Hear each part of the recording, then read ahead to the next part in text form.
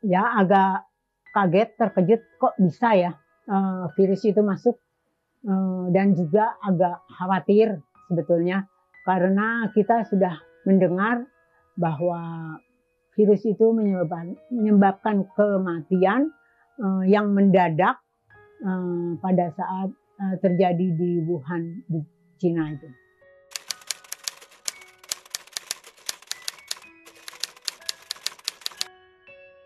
Ya kaget, sedih,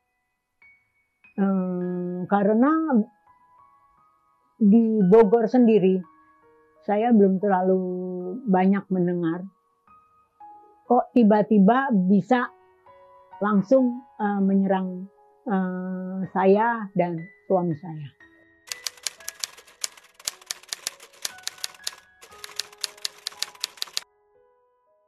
Mungkin tidak terlalu banyak, cuman itu adalah hal yang sangat berarti bagi saya. Satu,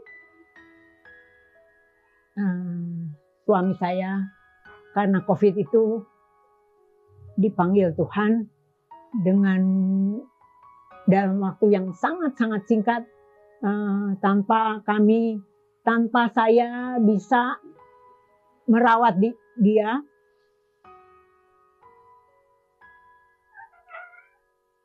Kebebasan saya juga terenggut karena kita sudah tidak bisa lagi bergerak kemana-mana secara leluasa.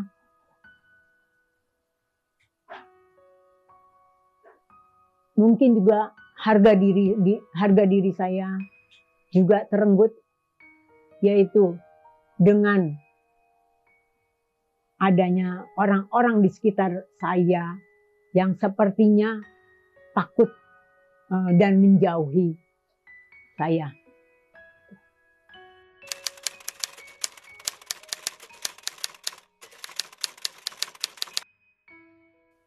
Mula-mula mungkin pada saat keterpurukan ya saya sampaikan, mula-mula saya merasa buat apa sih hidup? Setelah suami saya meninggal dan saya sendiri tahu bahwa saya mengalami juga, terkena juga COVID itu. Saya berpikir, buat apa hidup? Kemudian juga berpikir, apa salah saya? Mengapa COVID ini mengenai saya? Dan juga merenggut suami saya. Kemudian saya benar-benar waktu itu jatuh, saya berpikir, Tuhan buat apa saya hidup? Tapi pada kenyataannya saya harus hidup. Saya harus meneruskan hidup ini dalam keadaan saya sedih, dalam keadaan saya terpuruk, tapi saya harus hidup. Saya tidak mau hal itu terus berlanjut dalam kehidupan saya. Saya mungkin yang tadinya tidak begitu rajin untuk berdoa, saya menjadi lebih rajin berdoa, menjadi rajin melakukan novena 3 kali Salam Maria. Setiap hari saya juga berdoa rosario. Dan yang paling utama juga puji Tuhan, ada kebiasaan baru di dalam dunia ini bahwa di Indonesia ini terutama adanya misa live streaming yang bisa kita ikuti setiap pagi, siang, malam, sore tanpa kita harus pergi ke gereja. Memang berbeda ya, misa live streaming kita tidak bisa menyambut tubuh Kristus, tapi khotbah dan Injil yang disampaikan oleh Romo bisa membangkitkan hidup kita. Setelah 100 hari saya sudah bisa menerima bahwa suami saya memang sudah dipanggil Tuhan, sudah sampai waktunya.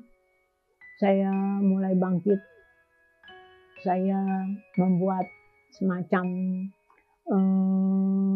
rencana apa yang terbaik dalam hidup saya.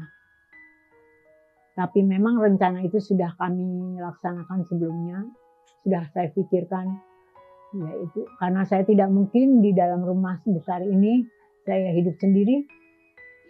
Jadi saya mengundang anak saya untuk tinggal bersama saya dengan cucu saya, dan puji Tuhan mereka bersedia untuk ikut bergabung di sini, yang berarti segalanya juga bagi mereka harus berubah, sekolahnya juga harus pindah, dan saya pun juga harus menyesuaikan diri dengan kehidupan yang baru. Yang tadinya saya cukup berdua dengan suami saya tergantung terhadap suami saya, segalanya sudah disiapkan oleh suami saya, kemudian saya harus menjadi tiang gantungan itu sendiri. Itu yang cukup membuat saya sedikit berat, tapi dalam perjalanan waktu, kemudian setelah setahun pun saya bisa menerima dengan kemarin misa di RP Regina Pacis. Saya juga menyatakan bahwa saya bersyukur bahwa suami saya dipanggil Tuhan tidak harus melewati masa-masa sakit yang menyiksa dan berkelamaan, sehingga saya pun diizinkan oleh Tuhan tidak harus merawatnya berlama-lama.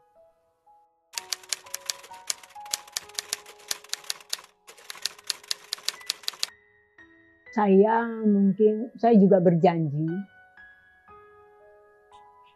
saya mempunyai waktu yang mungkin bisa saya berikan kepada gereja, kepada orang lain, kepada mungkin organisasi, misalnya organisasi wanita Katolik tempat saya berkiprah, juga yayasan tempat saya juga bertugas di situ, untuk memberikan waktu saya, karena sekarang ini saya tidak harus melayani suami saya, cukup saya hanya melayani diri saya sendiri, sehingga ada waktu yang bisa saya berikan untuk Tuhan lewat organisasi maupun lewat gereja ataupun orang yang membutuhkan.